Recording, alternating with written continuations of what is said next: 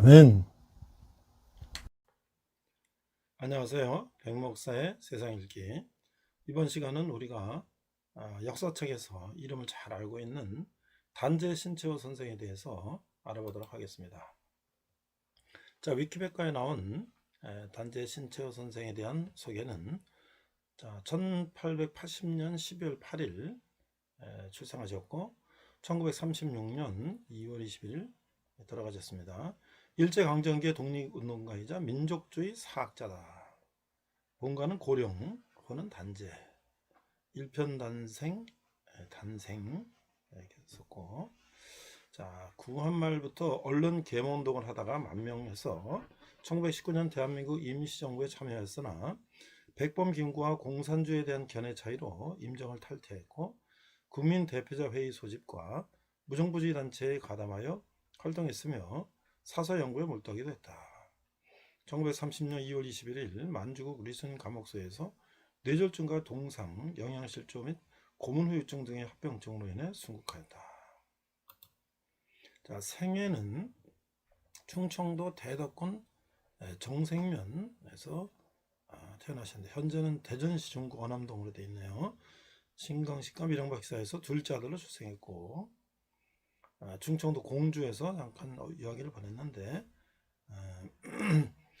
세조 때 재상 범용 신숙주의 18대 손이었는데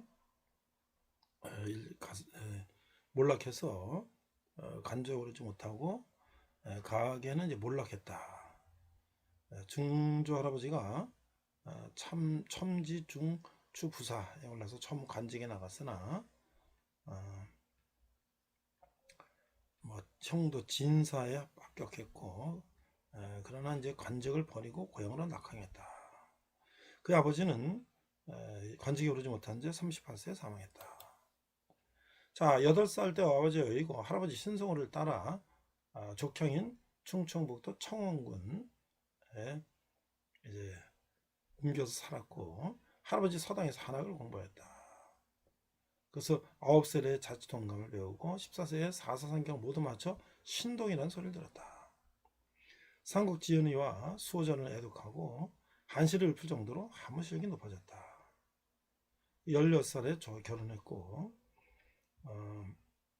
어린 아들이 죽자 사실상 이혼하게 되었고 이제 그런 가계가 있습니다. 자, 이제 성균관에서 수학하게 되는데 할아버지 신성호는 손자 신채호의 영특함을 보고 근처 읍내의 서당으로 보내다가 자신의 친구이자 먼 친척이며 구한마을 관료였던 신기선에게 신채호를 소개해 주었고 신채호는 신기선의 서재에서 많은 서적을 읽으며 개화에 대한 눈을 뜨기 시작했다. 1898년 19살에 신기선의 추천으로 성균관에 입학하였으며 독립협회 활동을 하여 투옥을 당하기도 하는 등 이모리부터 애국 개몽 활동을 시작하였다. 1904년에는 일본의 황무지 개강권 요구를 성토하는 성토문이 성균관 유생들에 작성되자 이에 연명하기도 했다. 애국 개몽운동 언론활동은 1905년 신채호는 성균관 박사에 임명되었으나 다음날 사직하고 단발을 결행한 뒤 낙향하여 개명운동을 시작하였다. 이때 장지연이 신채호를 발견하고 황성신문의 논설위원으로 위촉되어 다시 상경하였다. 12월 20일 장지연이 을사늑약에 반대하는 시리아 방성대국을 발표하는 사건이 발생했다. 신철은 시리아 방성대국의 집회를 도왔으며 장지연이 투옥되자 그를 대신해서 황성신문을 이끌었다. 자, 이어서 황성신문이 폐간되자 박은식의 도움으로 배대를 운영하던 대한매일신보의 주필로 초빙되었다. 그래서 이제 대한매일신보에서 논설을 게재했고 이태리 건국 삼걸전 같은 전기를 출판했다.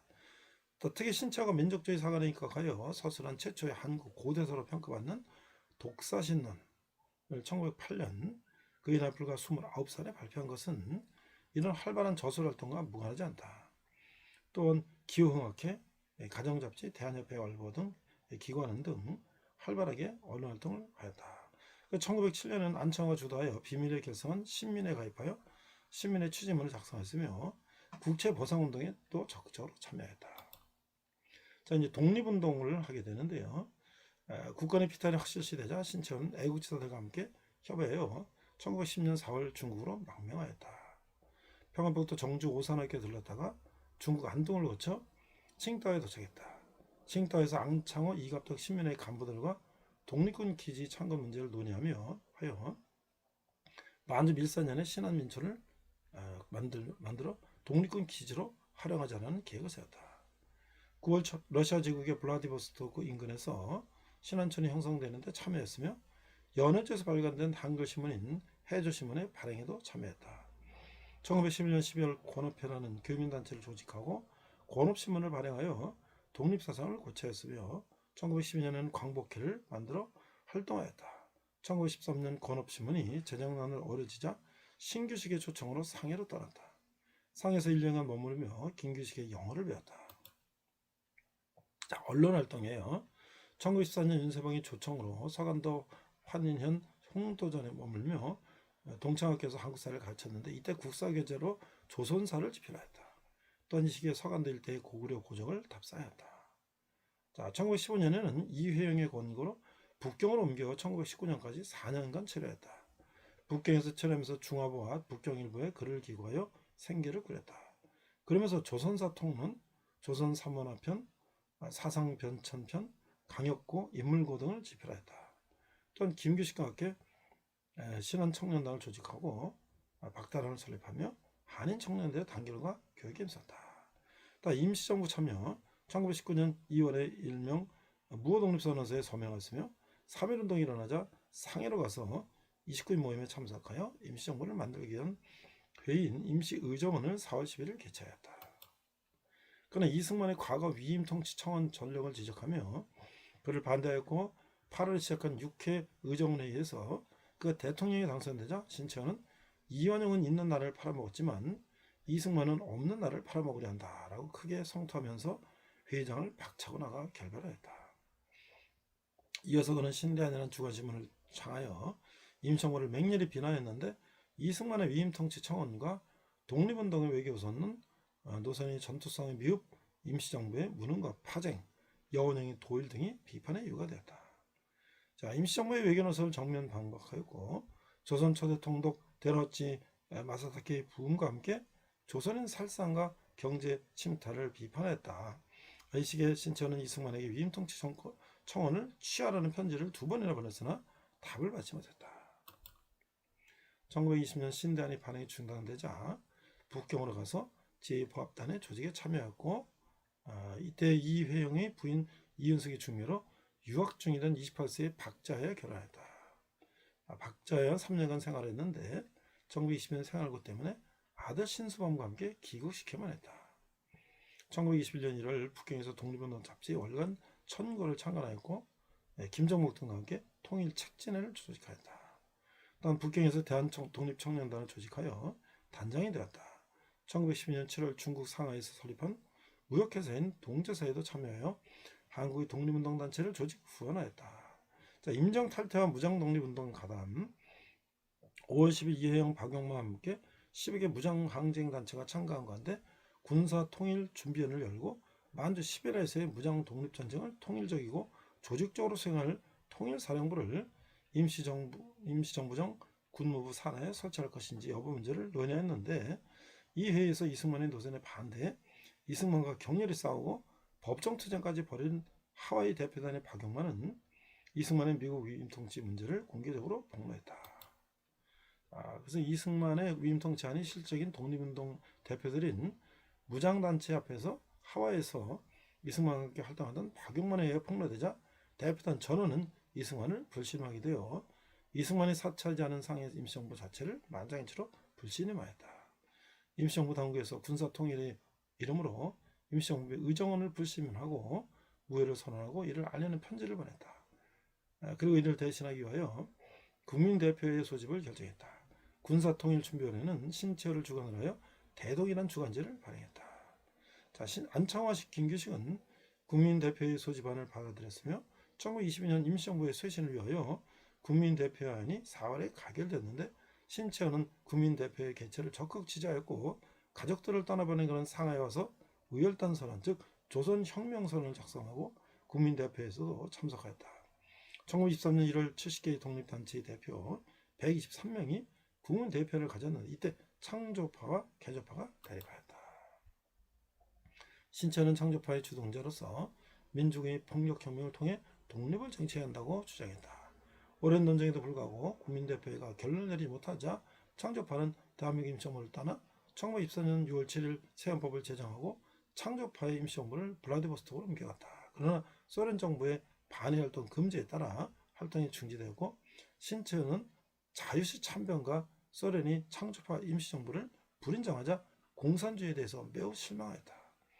1924년 창조파 임시정부가 러시아에서 해체되자 신체호는 시리가 좌절에 빠져 무정부의지와 불교관심을 더 깊이 보이게 되었고 북경의 순치문 안에 있는 석등함에서 출가하여 1924년 3월 북경교회의 관음사에서 60일간의 계를 마치고 정식으로 승려가 되었다. 1925년까지 6개월간 유마경, 능엄경을 연구하였고 마명의 대승기신론을 깊이 연구하였다. 이후 국사연구의 뜻을 더 깊게 두고 연구에 전념하였다. 자, 이제 국사연구를 하게 되는데 그는 국사연구를 위해 북경 중법대학 교장이자 중국 국민당 원로가 되는 이석증에게 대학 도서관 열람의 편의를 부탁하여 사고전서 등에 출입하며 중국어 역사의 서적을 읽고 본격적으로 국사연구를 시작하였다. 1920년 중국 역사연구법을 쓴 양계초 선생의 역사연구 방법에 영향을 받아 조선 상고사를 집필하였다. 1924년 1월 동아일보에 조선 고대의 문자와 시계 변천을 게재하였고 1924년 10월부터 1925년 3월까지 상고사, 이듬은 명사해석법, 삼국사기정 동사양자, 사만고증, 삼국지 동의열전 교정, 평양패수고, 전후 사만고, 조선 역사상 1000년의 제1대사건 등의 글을 발표했다. 이 논문들은 1930년대 조선서 연구초라는 책으로 묶여졌다. 또한 1925년 시대를 부를 수한 차대왕 고려와 신라와의 건국 연대에 대하여 투과했다. 자, 생애 후반은 무정부주의 활동을 하게 되는데 신천은 23년 이후에 이회영과 유자명 그리고 중국인 이석정 교수와 교류하며 무정부주의 사상을 갖게 되었다. 1924년 의열단장 김원봉이 신철을 만나기 위해 북경을 방문하고 만나서 의열단의 정신을 문서해달라는 요청을 했다. 이에 신철은 김원봉의 요청에 따라 상하이로 와서 폭탄 만드는 시설을 살펴보고 약 한 달 동안 여관방에 앉아 한국 독립운동사에서 중요한 위치를 차지하는 의열단 선언, 즉 조선혁명선언을 집필했다. 1917년 중국 텐진에서 무정부 동맹 동방연맹이 조직되었는데 신채호는 이필영과 함께 조선 대표로 참가했다. 같은 해 본국에서 자원합작을 위한 신간회가 조직되자 홍명희와 안정의 건열에 이에도 참여했다. 이 무렵 무정부주의 사상을 담고 있는 대흑호의 일석담, 용과 용의 대격전 등의 글을 남겼다. 1928년 4월 그는 북경에서 무정부주의 동방연맹 북경회의를 조직하였고 이 회의에서 무정부주의 동방연맹의 선전기관을 설립하고 일제의 관공서를 폭파하기 위하여 폭탄 제조소를 설립하기로 결의했다. 5월 8일 잡지 일행을 위한 자금을 위한 위조화폐를 가지러 5월 8일 타이완의 기릉항에 상륙하다가 체포되어 7개월간 구금되었으며 재판에서는 나라를 찾기 위하여 취하는 수단은 모두 정당한 것이니 사기가 아니며 민족을 위하여 도둑질을 할지라도 부끄러움이나 거리낌이 없다고 답변하였다. 자, 옥고와 최후 그는 1929년 5월 신천은 조선 총독부 경찰에 체포되어 치안유지법 위반과 유가증권 위조 등의 혐의로 10년형의 언도를 받고 만주국 펑텐성 다렌부 르슨 현재 중화인민공화국 라오닝성 다렌시 르슨코우구에 있는 여순 감옥이죠. 예. 이제 수감되었다. 1935년 그의 건강이 매우 악화되어 형무소 당국은 보호자가 있으면 출감시키겠다 했으나 그의 보호증인의 친일파는 이유로 신철은 가석방을 거절하였다. 1936년 2월 18일 감옥 독방에서 뇌혈로 쓰러졌으나 방치되었고 사흘인 2월 20일 감방에서 혼자 있을 때에 사망하였다. 뇌혈, 동상영양실조, 고문후유증 등의 합병증이었다. 향년 57세였다. 사회에서 신채원의 유족들은 1919년 이승만이 국제연맹에 위임 통치한 청원한 일을 놓고 이승만을 매국노라며 격한 반발을 했다.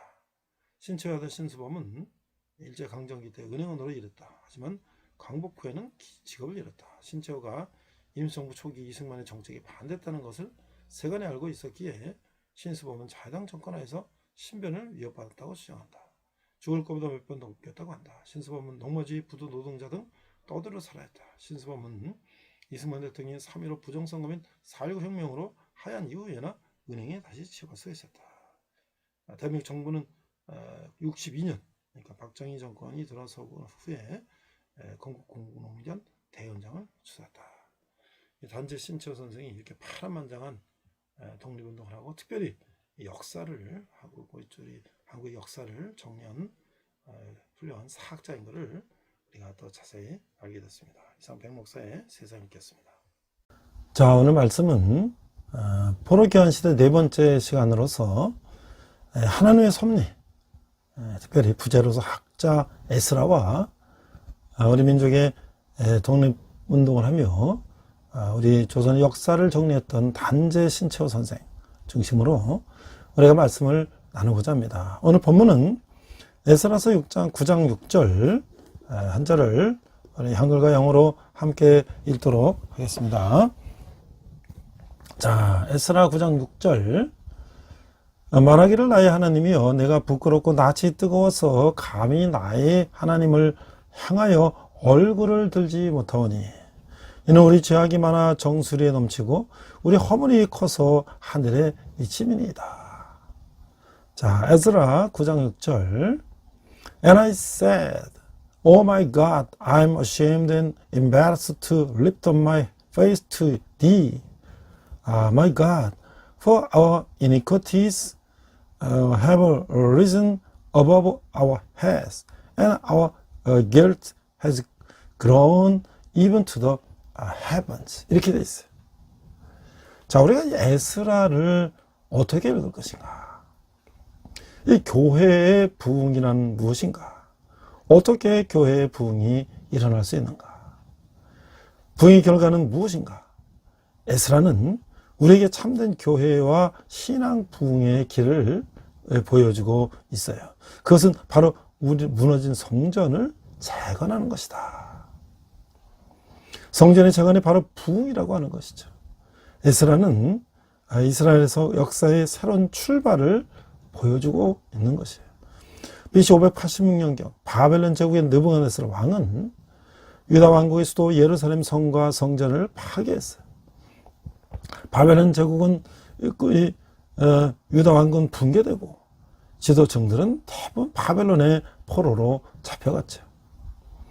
에스라는 바벨론의 페르시아 제국에 붕괴된 후에 유대인들이 페르시아 식민이 됐을 때 포로 중 일부가 예루살렘으로 다시 귀환하여 성전을 재건하는 사건을 다루고 있어요. 에스라는 두 차례의 귀환 사건을 보도하고 있습니다. 먼저 에스라 1장에서 6장은 BC 538년에서 537년간에 있었던 수르바벨 인도하의 제1차 귀환, 에스라서 1장 2장에 나오고 있어요.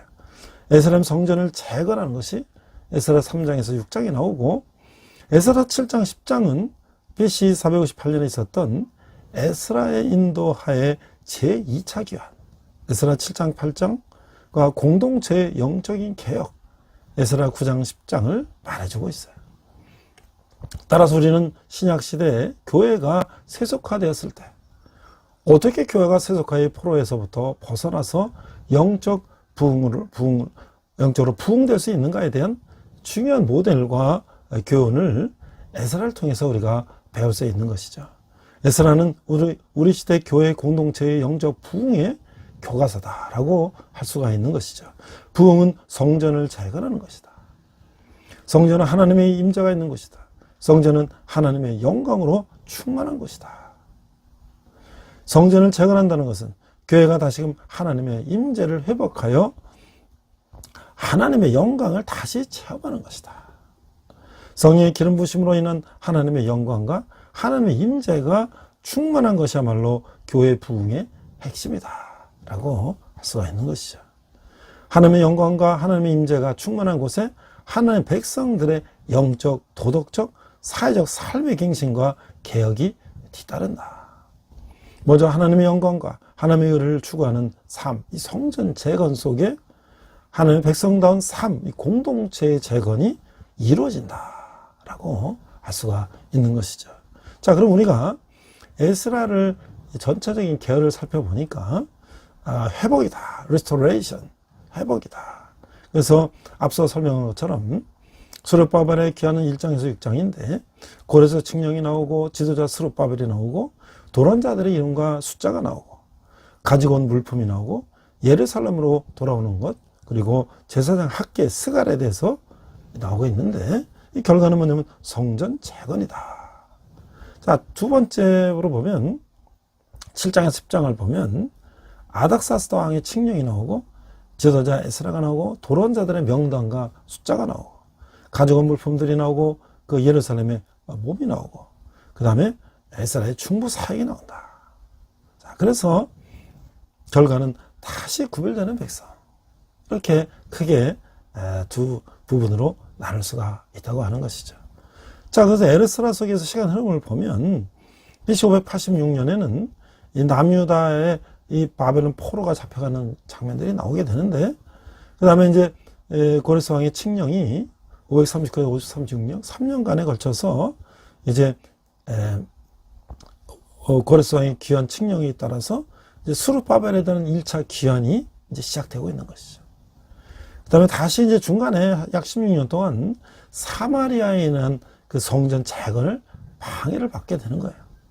그 다음에 다시 510년에서 516년 4년간에 걸쳐서 스룹바벨에 의해서 성전이 재건이 되고 458년에 에스라에 의한 2차 포로 기한이 이루어지게 되고 에스라에 의한 이 개혁운동이 전개되고 있다. 중간에 이 사마리아에 의한 이 성전 재건 방해라는 것이 16년이라고 하는 짧지 않은 기간 동안에 방해했었음에도 불구하고 그들은 성전을 다시 재건했다고 하는 것이죠. 자, 그래서 이스라엘 백성들은 약속의 땅을 향한 이제 두 번의 민족 대이동이 있었는데 첫 번째는 이제 출애굽이었다. 두 번째는 포로 기한이었다. 자, 그래서 이 출애굽은 애굽에서 430년간 있다가 약 200만 명 이상이 40년에 걸쳐서 2차에 걸친 가나안 입성을 하게 되고 인도자는 모세, 아론, 여호수아 그런 이 목적은 가나안 땅을 차지하게 되는데 현실적으로 그들이 부딪힌 것들은 이 홍해를 건너는 거라든지 이 사막의 물과 음식이 없는 사막 그 다음에 그들을 대적하는 대적들이 있었고 그래서 어떤 실패를 했는지 보면 불평과 불순종을 했고 그 결과 이 몇 주면 끝날 수 있는 여행이 40년이나 걸렸다고 하는 거예요. 어떤 성공을 했나? 결국은 그러는 모세와 여호수아의 지도를 받아서 그들은 약속의 땅을 이제 차지하게 됐다. 이 교훈은 하나님은 자기 백성을 키워가시고 당신의 나라를 세우신다.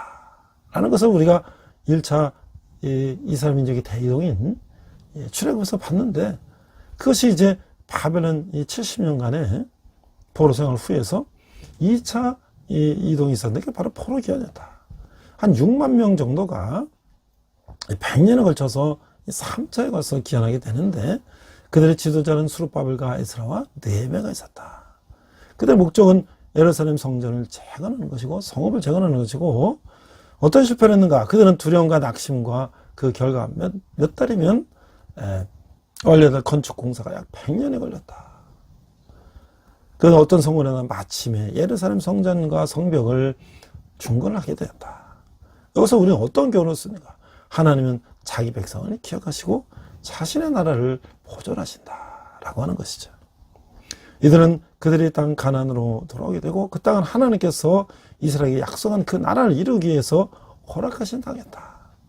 하나님의 나라를 이루시려는 이 멸망이 보이는 처지다. 멸망. 그래서 이 도표가 보면 두 번의 민족 대이동을 이제 자세히 설명하고 있죠. 자, 그러면 이 포로 기한도 역시 3차에 걸쳐서 이루어지게 되는데 1차 포로 기한은 이제 주전 536년에 스룹바벨에서 이 고레스 왕 때 이 조소가 포로민의 귀환을 허가하고 성전 건축을 허가하고 성전 기물을 반환하며 건축 재료를 지원한다. 그래서 한 5만 명이 이제 성전 건축 공사를 시작하고 초막절을 지키는 것이 에스라 1장 6장에 나오는 것이죠. 두 번째는 주전 458년에 에스라를 인솔자로 하여서 이 아닥사스다 1세 때 조선은 포로면의 귀양 허가와 그에 따른 국고를 지원하고 성직자 세금을 면제하고 관리 조직을 허용하게 했어요.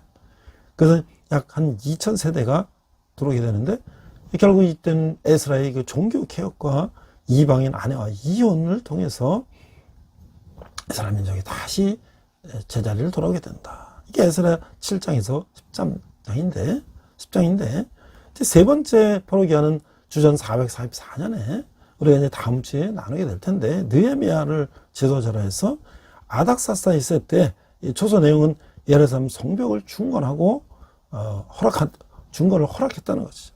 예루살렘 성벽 중건 시 건축재를 지원하고 그러니 적은 일단의 그룹들이 돌아왔지만 그들은 예루살렘 성벽을 중건하고 예루살렘의 율법 교육이 있었다. 그것이 바로 느헤미야 1장에서 13장에 이야기한 것이죠.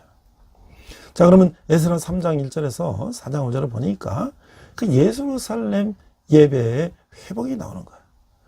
예루살렘 귀환은 약속의 땅에서의 새로운 출발을 의미했던 것이죠.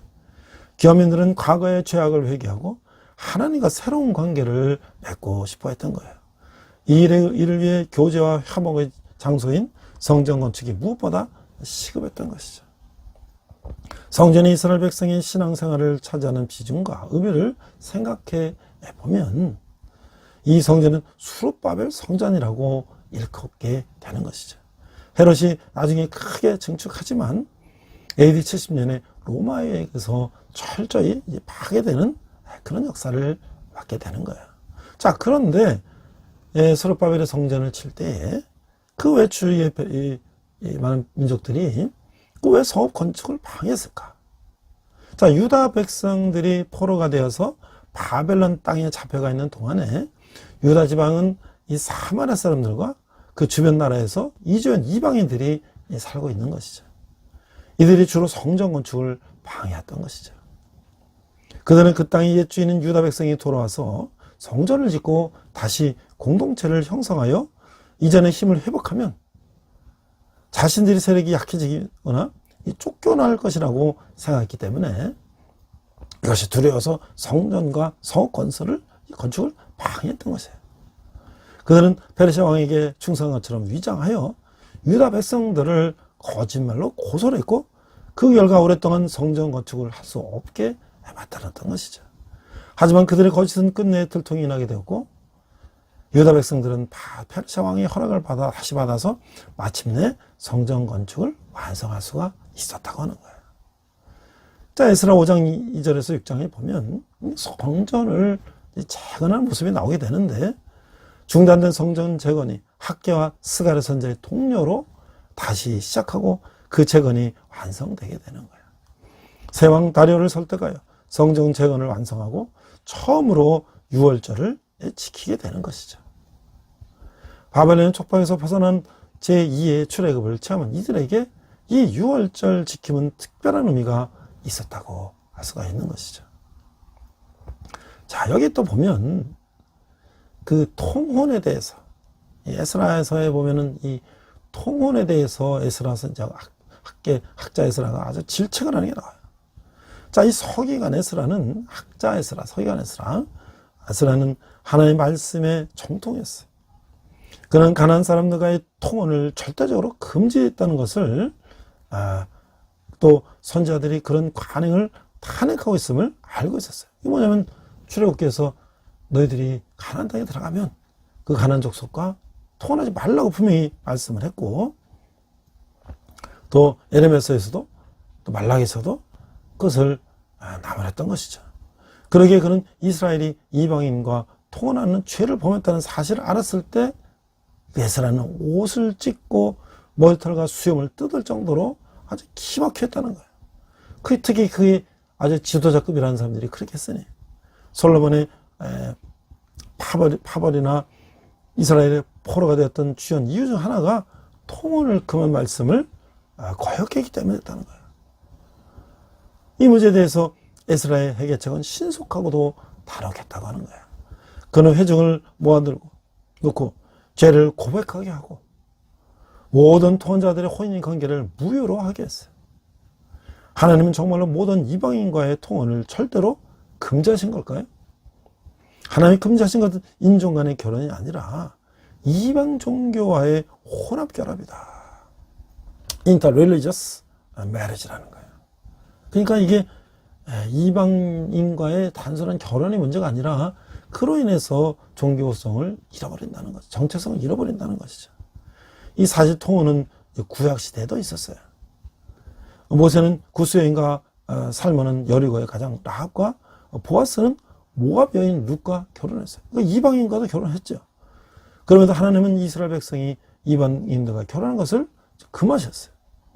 이는 우상과 잡신을 믿는 이방인들이 이스라엘 사람들이 하나님께 대한 신앙을 약화시킬 수 있기 때문이라고 하는 거예요. 그래서 이 통혼은 단순히 사람과 사람과의 관계로 끝나는 것이 아니라 영적인 부분까지 영향을 미친다고 하는 거예요. 불신자와의 결혼은 사람과의 결합으로 끝나지 않고 그 이상의 문제를 가져오는 것이죠. 신약에서도 불신자와의 몽해를 같이 하는 것을 금하고 있는 거예요. 저는 한 주간 동안에 학자 에스라를 묵상하면서 우리에게는 이런 인물이 누가 있을까 하고 상관해 봤는데, 학교 다닐 때 이제 배웠던 역사책에서 배웠던 단재 신채호 선생을 한번 찾아보기로 했어요. 일제에 우리가 이제 나라를 빼앗기고 언어를 빼앗기고 역사를 빼앗기고 모든 것을 다 빼앗긴 일제 때 우리 민족의 이 역사를 되찾는, 우리 이 정체성을 되찾는, 그뿐만 아니라 그런 항일 무장투쟁까지 했던 그런 신채호 선생에 대해서 한번 살펴보기로 했어요. 그냥 전에 역사책에서는 조선 상고사라든지 이런 것들을 이제 연구하신 분이다, 뭐 이렇게만 배웠는데 과연 그분은 어떤 분인가. 그래서 앞에서 제가 위키백과를 통해서 한번 자세히 살펴봤는데요.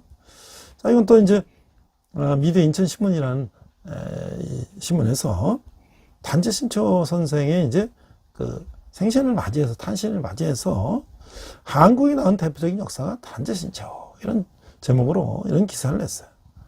자, 1880년 오늘 이게 11월 7일인데, 음력 11월 7일인데 일제강점기 조선 상고사, 조선 상고 문화사, 조선사 연구초 등 역사 논문과 민족 영웅전을 발표하여 민족의식 고취에 힘쓴 단재 신채호 선생이 출생했다. 1919년 상해 임시정부의 기관지 독립신문에 맞서 신교식 남용과 함께 신대안을 발행하고 주필로 활동하면서 임시정부의 노선과 행동을 신랄하게 비판하고 일제를 격렬하게 공격했다. 그러니까 이제 앞에서 말한 것처럼 이승만은 국제연맹에 우리 조선이 아주 독립하기 어려우니까 위탁 통치를 해달라고, 위임 통치를 해달라고 이제 그렇게 얘기를 한 것에 대해서 우리는 자주 독립을 했다라는 이제 이런 주장을 하면서 이승만을 비판하고 따로 이제 독립운동을 하게 된 것이죠. 이후 의열단의 독립운동 노선과 투쟁 방법을 천명하는 조선혁명선언을 지필하고 발표해서 민족에 의한 직접적인 폭력 경험을 주장했다.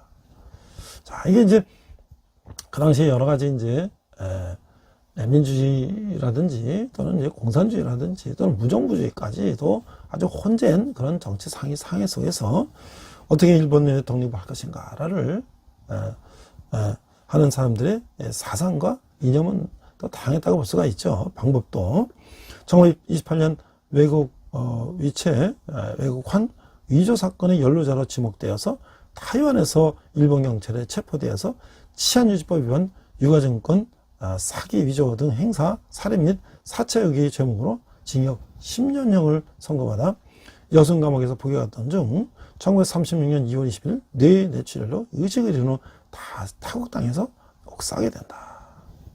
자, 이제 민중계몽과 언론 구운동에 대해서 이렇게 기사는 이야기하고 있어요. 신처는 신숙주의 후예로 부친 신광식이 38세로 사망하자 할아버지 신성으로부터 한학교육을 받았다. 10세 자치통 감을 해독하고 행민실을 지을 정도로 실력을 갖췄던 그는 14세 때 사상경 모두 독화하여 신동으로 불렸다. 이후 1898년 신기선의 추천으로 성균관에 입학한다. 성균관에 재학하면서 유인식, 김현성, 변형만 등 다양한 인사들과 사귀었으며 당시 한창 있던 독립현대운동과 만민공동회에 참여하여 격변하는 개혁일을 몸소 체험한다. 1901년 고향으로 돌아온 신채호는 신규식 신배우와 함께 문동학교를 설립하였고 기후 산동학당을 개설하여 교육 계몽운동을 이어간다. 1905년 장지연의 초청으로 상경하여 황성신문 논설 기자로 활동하였으나 일제열사늑약후를 폭로한 비판한 장지연의 사설 시일의 방성대으로 황성신문이 무기간 정간당하자 대한매일신보의 논설 기자로 차를 옮겨 일본의 3대 충노, 한일 합병론자에게 고함 등과 같은 항일 국권 회복 운동에 관한 논설을 연재하여 민중 계몽과 언론 국원 등에 매진했다.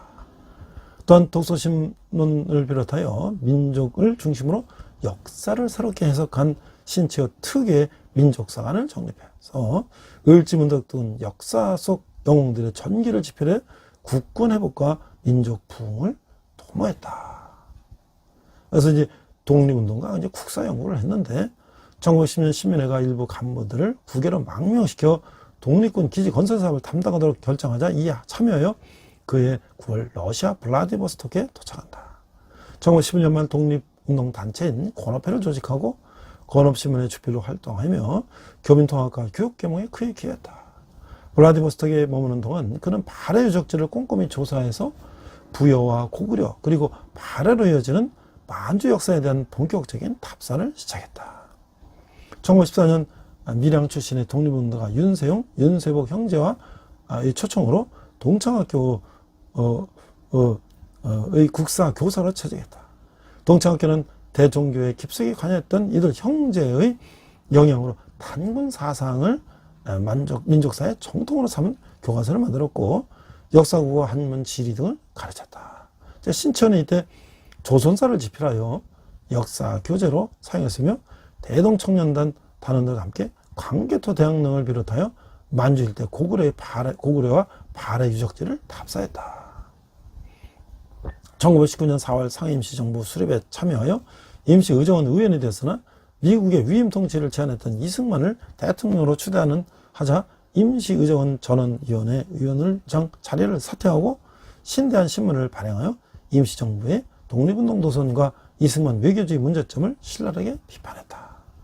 1924년 의열단장 김원봉 요청으로 조선혁명선언을 집필하고 발표했고 이 선언에서 신채호는 강도 일본이 조선의 국호 정권 생존의 필요 조건을 모두 박탈하여 온갖 만행을 자행하고 있으므로 일본 제국주의는 조선 민족 생존의 적이며 임을 선언하고 동시에 생존의 적인 강도 일본에 대해서는 혁명으로 살벌하는 것이 조선 민족의 정당한 수단임을 웅장한 필체로 주장했다.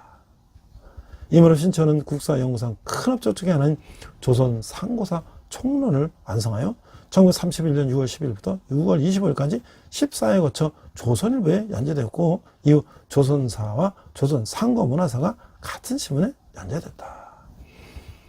진정한 민주국가를 건설하면 불필요한 권력에 의한 지배를 없애야 한다는 판단에 무정부주의를 심취하여 1927년 9월 이필원과 함께 무정부주의 동방연맹의 조선 대표로 참석했으며 1928년 4월에는 그 스스로 무정부주의 동방연맹 북경회를 개최했다.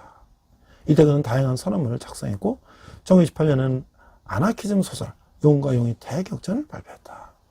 1928년 5월 무정부주의 동방연맹의 선전 잡지 발간과 폭탄 제조소의 설치 자금 마련을 위하여 활동하던 중 타이완에서 외국한 위조 사건의 연루자로 체포되어 다롄으로 이송되었고 그 1933년 5월 다롄 지방법원에서의 10년형을 선고받고 여순 감옥에서 이제 이감 복역하던 중 뇌출혈로 순국했다. 전국항정은 1960년 건국운영 대통령장을 수사했다. 지금 역사 논쟁이 최근에 국내에서도 벌어지고 있는데요. 독립운동을 하는 것은 항일 독립운동을 하는 것은 같은 목적이었지만 그들이 추구하는 이념과 사상들은 조금씩 달랐죠. 결국 그 중에 북한공산당에 이제 참가했던 사람들도 있고 자유대한민국에 참여한 사람도 있고 또는 그 중간 정도라고 할까요? 무정부주의, 아나키즘을 주장하는 사람도 있지만, 오늘날 우리가 추구하는 우리의 국가의 정체성은 자유민주주의 국가 건설이기 때문에 같은 항일운동하는 것은 우리가 분명히 인정하고, 또 그 후에 또 어떤 국가를 건설하는가, 이것도 또한 중요한 일이기 때문에 오랜 역사를 단계적으로 또 이렇게 한번 살펴보려고 했다. 그러나 이제 신채호 선생은 우리 민족의 역사적인 정체성을 되살리는 그런 역사학자로서의 큰 족적을 남겼다라고 할 수 있는 것이죠. 그래서 이제 이게 바로 에스라와 수르바벨과 에스라와 느헤미야가 그들이 포로 기한 후에 처음으로 한 것이 바로 성전 재건이었다.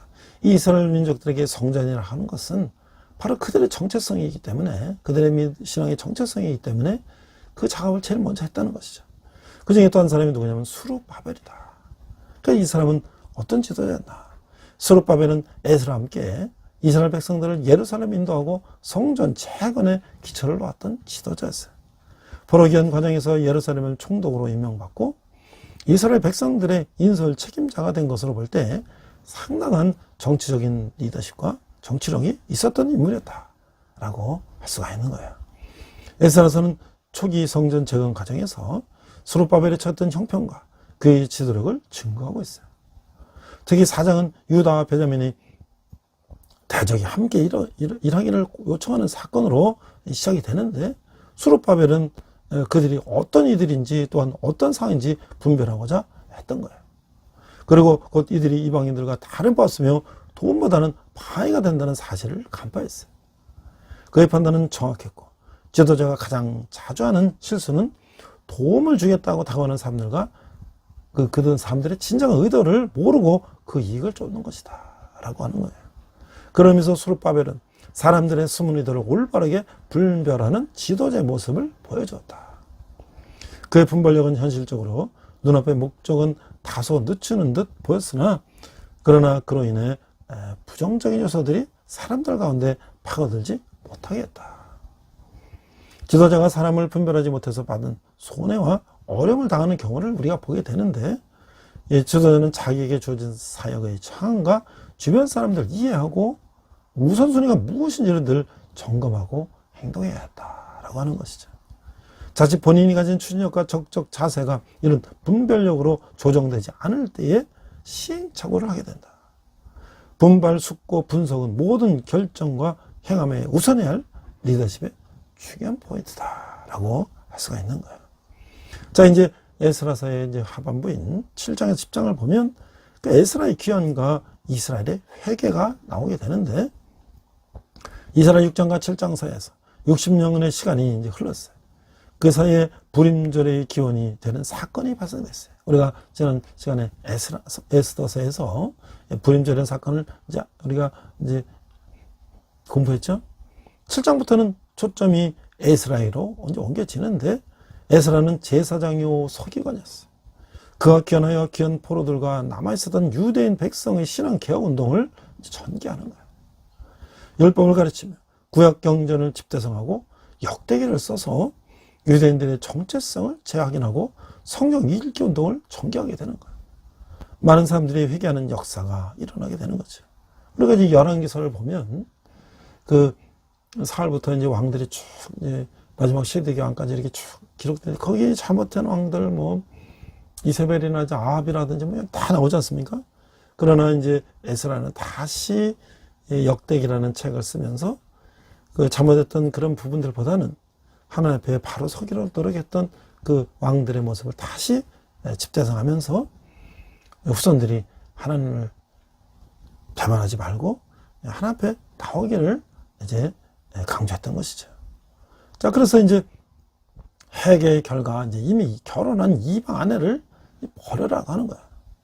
속이면 안 된다는 이제 하나님의 그 생각을, 관점을 우리가 생각해서 그 신명기에 보면 가나안 땅에 들어가게 될 때에 하나님은 이스라엘 백성에게 이방 여인들과 절대 혼하지 말라고 경고했죠. 성경 이방 여인과의 결혼을 금지한 이유를 이렇게 말하고 있어요. 신명기 7장 3절 4절 보면, 그가 내 아들을 유혹하여 그가 여호와를 떠나고 다른 신들을 섬기게 하므로 여호와께서 너희에게 진노하사 갑자기 너희를 멸하려 할 겁니다. 너희를 멸한다고 했어요. 이방 아내를 버려한 것은 인간적으로 심했다는 상해질 수 있습니다만은 하지만 우리가 알아야 사건이었다. 하나님 무조건적으로 이방 여인을 배척하지 않으셨다는 거다.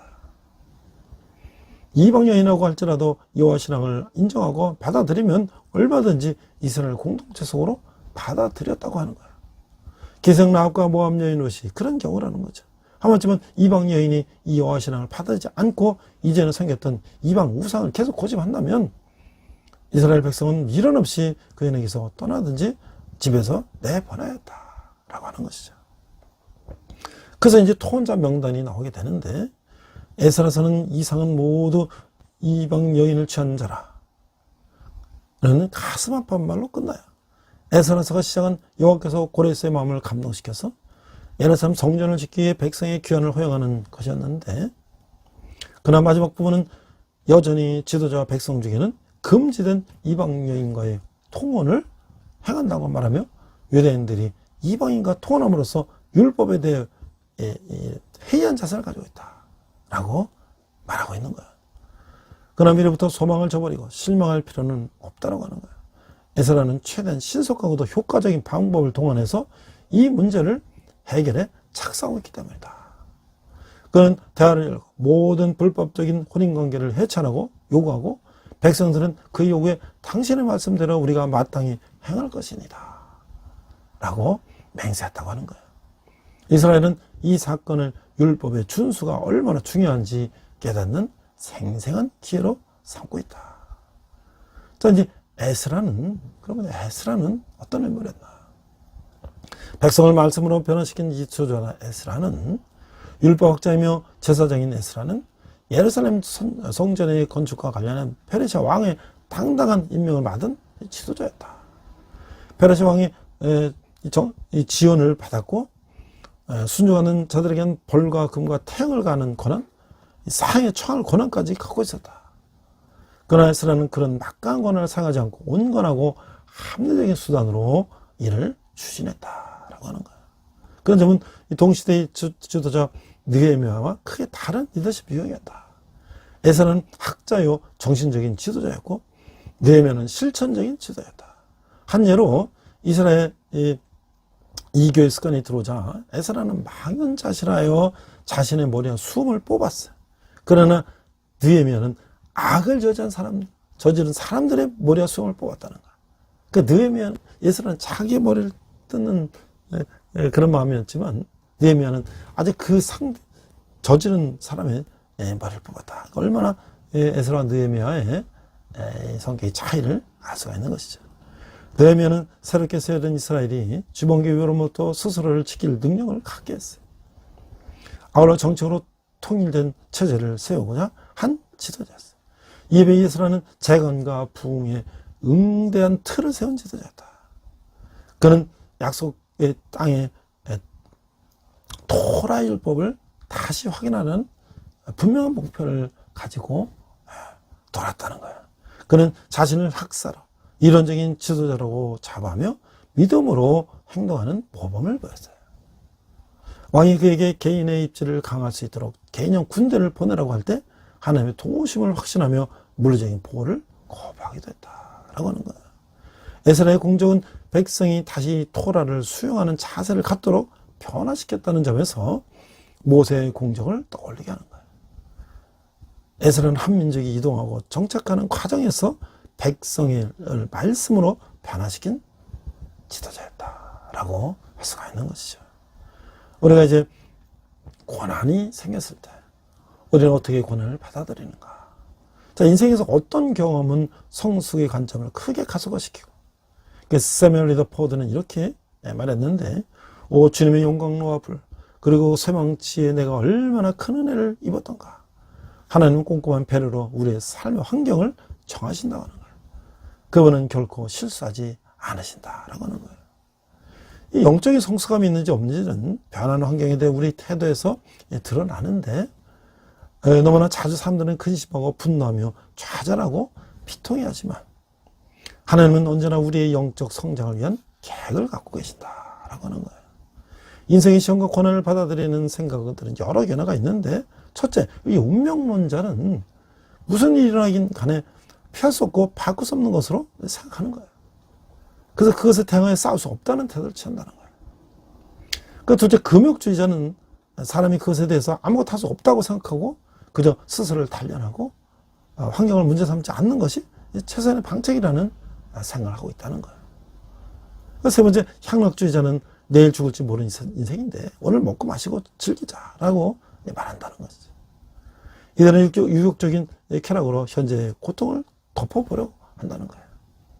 네 번째, 참된 그리스도인은 고난에는 하나님의 계획이 있음을 인정하고 기쁘게 받아들이며 늘 하나님의 도우심을 의지한다라고 하는 거예요. 예, 좋게 9천 명에 되는 사람들이 이끌고 귀환하는 그 에스라의 심정은 어땠을까? 그런 영시에 만날지도 모르는 대적자들과 방해자들의 위협을 하나님께 맡기며 기도했던 것이죠. 하나님은 그의 기도를 들으셨고 안전하게 목적지에 도달할 수 있도록 인도하셨다라고 하는 거예요. 그래서 우리는 이제 인격적으로 일을 해야 된다. 에스라는 이스라엘 백성뿐 아니라 제사장들과 레인들까지 행한 자폰 소식을 듣고 속옷과 겉을 찢고 머리털과 수염을 뜯으며 기가 막혀 앉았을 정도로 감정적으로 격한 상태가 됐어요. 그러나 그는 곧 하나님 앞에 무릎 꿇고 그들의 잘못을 자신의 잘못으로 여기며 기도했던 거예요. 그는 감정적으로 문제를 해결하지 않았어요. 좋은 인격은 뛰어난 재능보다 더 칭찬받아야 한다. 훌륭한 인격은 거저주지 않는다. 생각, 선택, 용기, 결단 등을 통해 하나하나 훈련해 나가야 된다라고 하는 거예요. 이 성경적인 사람은 인격을 따라 일하지 감정을 따라 일하지 않는다는 거예요. 우리 이 차이를 한번 보면 인격을 따라 일하는 사람은 일을 제대로 해서 기분이 좋고 책임을 토대로 일하고 원래 입각에서 결단을 내리고 행동이 태도를 조절하고 그다음에 믿었기에 보게 되고 추진력을 창출하고 나의 책임이 무엇인가 하고 질문하며 문제가 발생해도 계속하고 견고하고 이 지도자들이라는 거예요.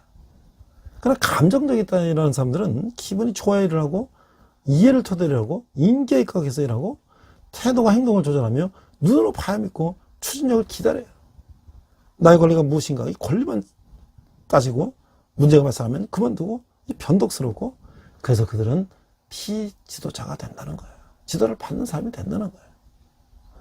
이제 우리 마지막으로 우리가 예배와 일 무엇부터 해야 되는가?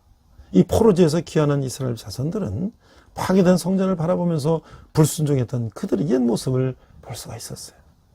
그러면서 그들은 지금 우리가 할 일은 무엇인가를 생각했던 것이죠. 그리고 그들은 한 가지 생각을 떠올렸어요. 그것은 하나님과의 관계 회복, 즉 성전을 건축하는 일이었어요. 그들의 성전장을 위해 행한 첫 번째 준비 목록은 예배였던 것이죠. 그들은 여호와의 전지대가 놓이기 전에 함께 초막절을 지키며 하나님께 예배를 드렸어요. 헌신과 예배는 매우 밀접한 관계가 있어요. 헌신은 보상을 생각하지 않고 봉사하는 것인데 예배는 하나님과의 교제며 친교인 것이에요. 하나님께 헌신하자는 사람들 앞에 놓인 함정은 바로 예배에 앞서 먼저 헌신이 자리 잡고 있다는 거예요. 우리는 하나님께 예배드리는 데서 오는 기쁨을 배울 때까지 하나님께 헌신하는 것에 대해서 치중하지 말아야 한다는 거예요. 많은 그리스도인들이 그 반대로 하고 있어요. 사역에 헌신은 많아도 예배는 부족하고 만약 하나님께 예배드리는 것이 성도의 주된 목적이 아니라면 헌신의 결과는 기술에 지나지 않는다라고 말할 수가 있다는 거죠. 하나님께 예배드리는 욕망보다 그분께 사역으로 헌신하고자 하는 욕망이 더 크게 마음에 자리 잡지 않도록 취해야 된다. 우리가 먼저 예배함으로 하나님을 섬기는 전에는 그분의 일을 감당할 수가 없다는 것을 우리는 깨달아야 한다라고 하는 것이죠. 오늘 에스라를 통해서 이스라엘 민족이 먼저 그들의 정체성을 되찾는 일에 중심을 두었던 것처럼 우리나라 이 민족이 지금 어떠한 정체성을 가지고 어떤 국가를 세우고 어떤 나라를 향해서 가는지를 지금 정적으로 이념적으로 대립되고 있는 이때에 우리 크리스찬들은 올바른 가치관, 우리가 자유민주주의 시장 경제, 기독교 국론에 입각한 이 나라를 세우는데 우리가 힘을 합해야 할 것입니다. 기도하겠습니다. 하나님 아버지 은혜를 감사합니다. 오늘 우리 에스라, 느헤미야, 스룹바벨을 통해서 이스라엘 민족이 하나님의 성전을 짓고 하나님의 관계를 회복한 것을 우리가 배웠습니다. 또 우리 신채호 선생이 우리 조선의 역사를 되찾는데 중심을 둔 것을 배웠습니다. 그래도 우리 민족의 정체성과 하나님 백성으로의 정체를 찾는 저희들 되게 하여 주시옵소서. 감사드리며 예수님 이름으로 기도했습니다. 아멘.